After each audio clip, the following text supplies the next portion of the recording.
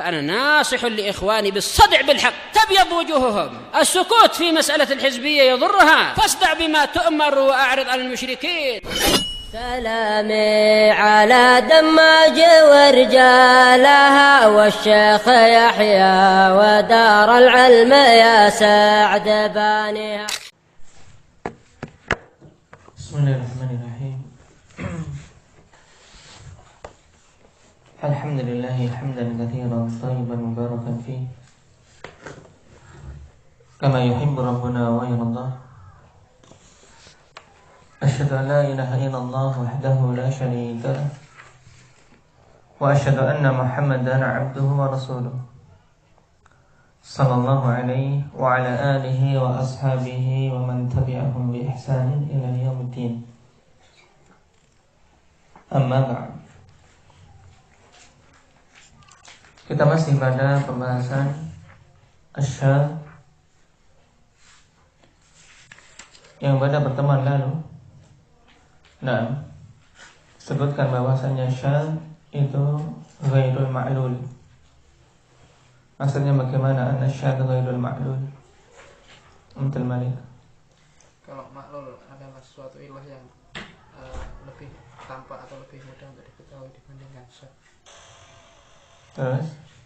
Sementara syad itu hanya orang-orang yang memang punya mumarasah yang dalam di dalam bidang hadis tersebut yang bisa mudah untuk mengetahui.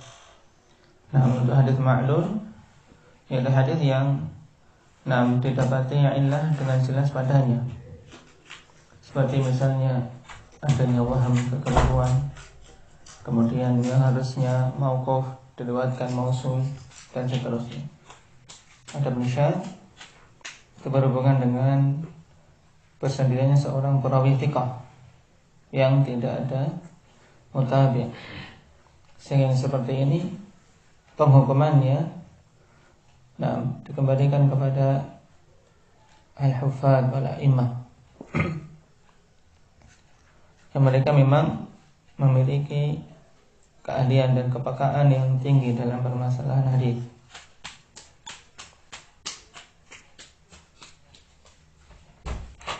Tayyib, sekarang kita masuk pada iskal yang dibawakan oleh Ibnu Shalih rahimahullah ta'ala. Setelah beliau membawakan dua pengertian. Yang pertama dari Syafi'i, yang dimaksud dengan asyad an yaruya thiqah haditsan yukhalifu ma rawan nas wa laysa min dhalik an yaruya ma lam yaruya ghairu.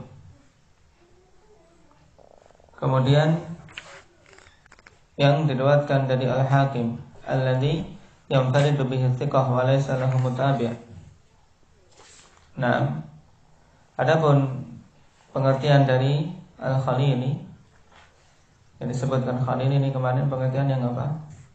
Yang muntaqad. Nah,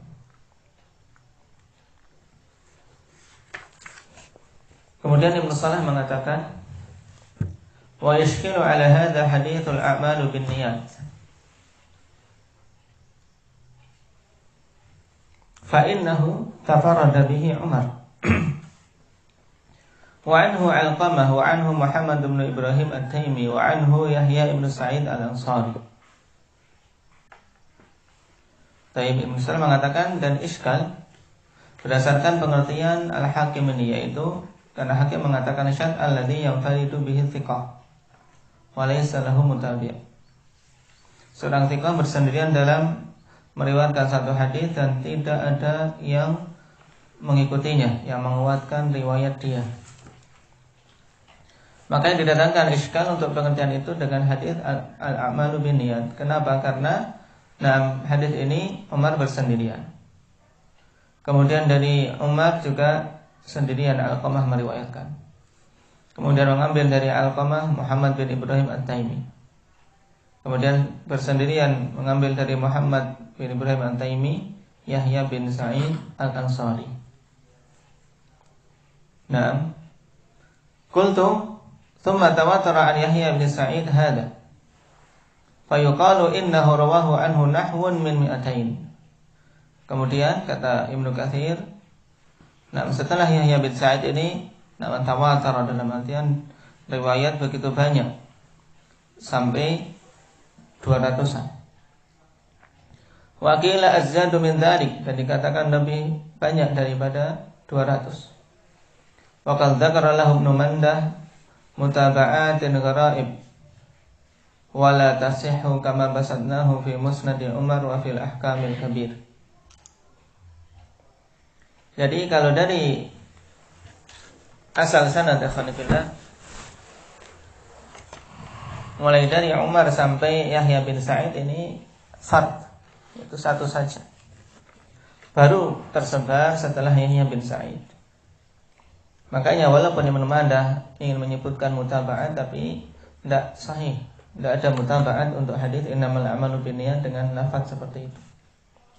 Adapun dari si makna berhubungan dengan niat banyak. Tapi kalau dengan konteks seperti yang ada dalam hadis Umar, maka hanya hadis Umar saja. Sehingga ini contoh untuk hadis fard.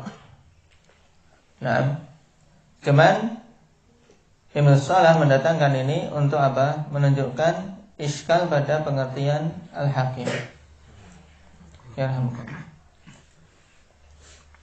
Qala wa kadzalika hadithu Abdullah bin Dinar an Abdullah bin Umar anna Rasulullah sallallahu alaihi wasallam naha an bai'il wala wa an hibatihi. Demikian pula muncul iskal untuk pengertian hakim. Ya karena jelas untuk al-amal binniyat dikatakan syadz atau tidak?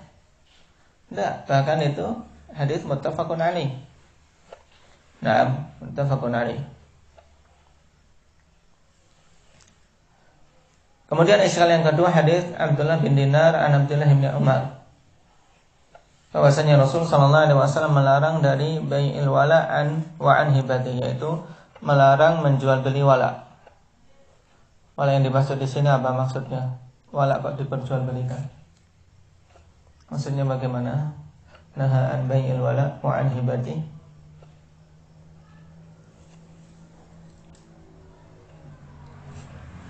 Kafar. Yang dimaksud di sini wala yaitu budak, karena seorang yang membebaskan budak maka walaknya untuk orang yang membebaskan. Nah, wala ini tidak bisa diperjualbelikan, tidak pula bisa diberikan. Alhamdulillah. Nah, ini maksudnya berhubungan dengan masalah apa? Perbudakan.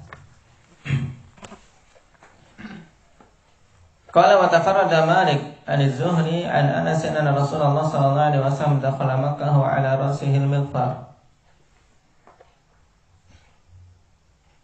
Demikian pula, Malik bersendirian dari Zuhri dari Anas bahwasanya Rasul sallallahu alaihi wasallam masuk Makkah dalam keadaan di kepala beliau mighfar. Apa itu mighfar? Apa itu?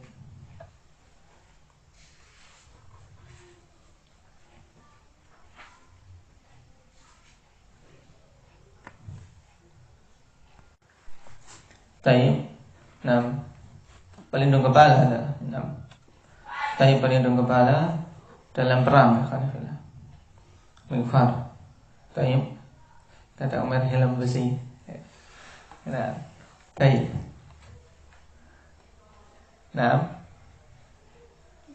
Hadis ini untuk menunjukkan bahwasanya Rasul sallallahu alaihi wasallam membuka Makkah dengan peperangan.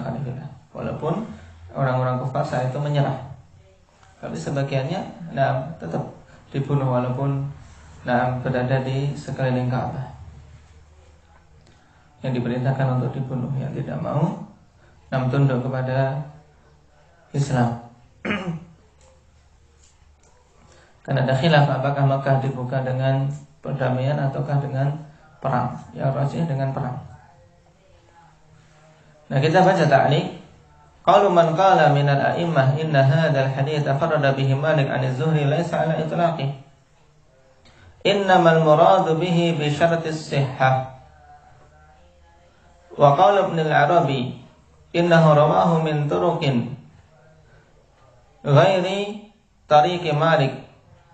Innamal muradu bihi fil jumlah sawa'un sahha aw lam yasih. Fala i'tirada wa la ta'arud. Naam. Jadi sebagian a'imah mengatakan ini hadis tafarrada bihi.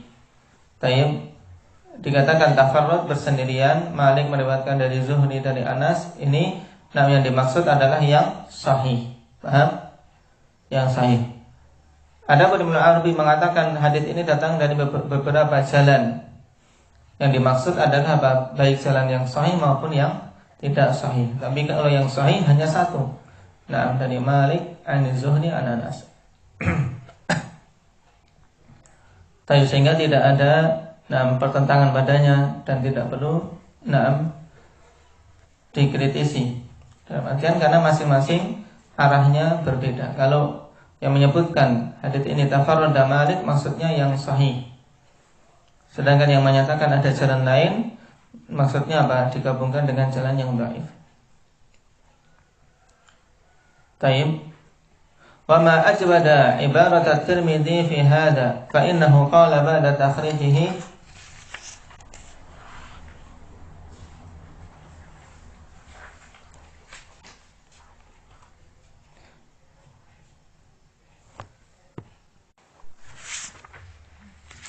لا يعرف كبير أحد رواه عن الزهري غير مالك. Wakaza ibarat Ibnu Hibban la yasihu illa min riwayati Malik an Az-Zuhri fa hadha at-taqyid aula min dhalika al-itlaq. Nah ini. Betapa bagusnya takbir Imam Tirmidzi di mana beliau mengatakan setelah mentakhrij hadis tersebut tidak diketahui yang seorang pun yang lebih besar yang meriwayatkan dari Zuhri selain Malik. Ini maksudnya. Dalam artian tidak ada yang lebih bagus yang meriwayatkan hadis ini dari Zuhri melebihi Malik. Tidak ada. Demikian pula ibarat Ibnu Hibban bagus. La yasihu ila min riwayati Malik. Hadis ini tidak sahih kecuali dari riwayat Malik an Zuhri. Nah, takyid ini lebih bagus daripada menyebutkan secara mutlak. Wa hadza bi'ainihi hasilul kalam ala haditsil a'mali binniyat. Dan yang seperti ini persis dengan pembicaraan pada hadis al-a'malu binniyat. Dalam artian apa? Kalau riwayat yang sahih tidak ada kecuali apa? Kecuali dari riwayat tadi. Yahya bin Sa'id an Muhammad bin Ibrahim At-Taimi an Alqamah an Umar. Tayyib. Ini tidak ada riwayat yang sahih kecuali ini. Baru setelah Yahya bin Sa'id ini banyak murid-murid beliau. Cuman apakah tafarrud tersebut menjadikan hadis tadi syadz? Tidak. Tidak. Makanya Ibnu Salah mengatakan wa kullun min hadhil ahadits thalatha fi sahihain min hadhil wujuhil madhkurati faqat. Faqad qala Muslimun liz-Zuhri 90 harfan la yarwiha ghairu. Dan masing-masing dari hadis-hadis yang tiga ini dalam sahihain. Min hadhil wujuhil madhkurah faqat. Dari apa? Wajah-wajah yang disebutkan ini saja, tidak ada yang lain. Dan Muslim mengatakan Zuhri memiliki 90 huruf yang tidak meriwayatkannya selain beliau.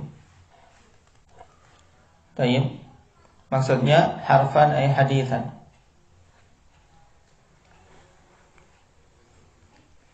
Tayyib.